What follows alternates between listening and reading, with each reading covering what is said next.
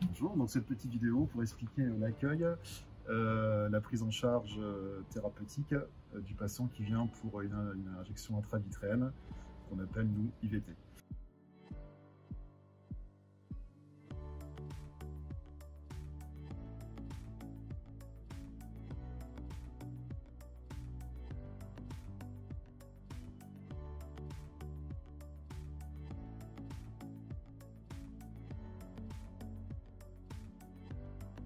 Donc on a pour chaque patient un dossier administratif. Donc ma collègue aide-soignante, la première étape, c'est de vérifier encore l'identité et le côté où on va injecter.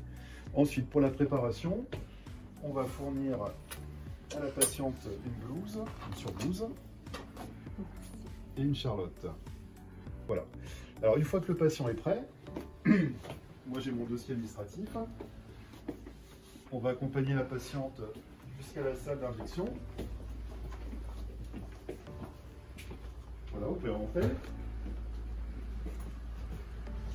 Alors, selon le chirurgien, le patient est installé soit à plat, donc à 180 degrés, ou en position demi-assise.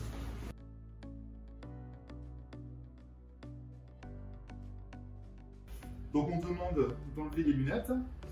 Alors, pour les femmes, on vérifie quand même qu'il n'y ait pas de bijoux et qu'il n'y ait pas de maquillage. La première étape, c'est de mettre un collier anesthésiant. Le patient peut bien ouvrir l'œil, ouvrez bien grand. Ensuite, si le patient n'est pas allergique à la bétadine, on va réaliser ce qu'on appelle une première détertion à la bétadine scrub. C'est la bétadine qu'on utilise notamment ici pour la préparation des gens qui partent au bloc pour une cataracte ou une intervention de vague.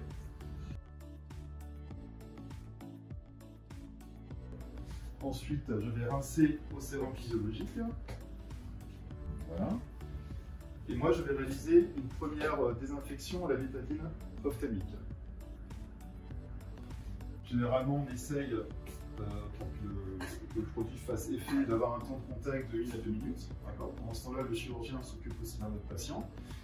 Moi, entre deux, je vais remettre de la bétadine ophtalmique, réduire encore le risque infectieux, et puis surtout voir si le patient, si l'œil du patient est bien anesthésié, parce que si ça pique, au cas où on met un autre produit anesthésiant.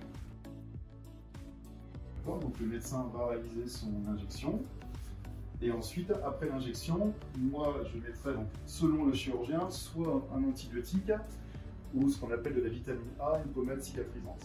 D'accord ? Voilà, une fois que l'injection est faite, on demande au patient de s'asseoir. Vous pouvez vous asseoir aujourd'hui ? Voilà. Donc on reste assis un petit peu, on demande au patient de bien regarder droit devant.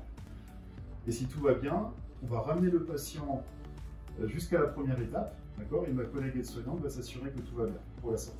Donc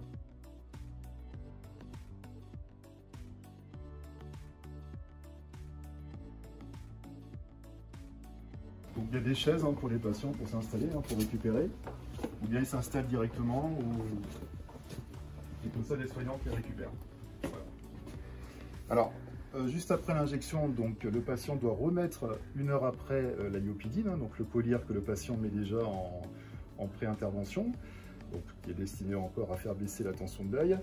Et on conseille au patient de s'allonger 1 heure ou 2, pas faire d'activité physique ou porter de choses lourdes. Voilà. Et ensuite, ma collègue organise le retour, soit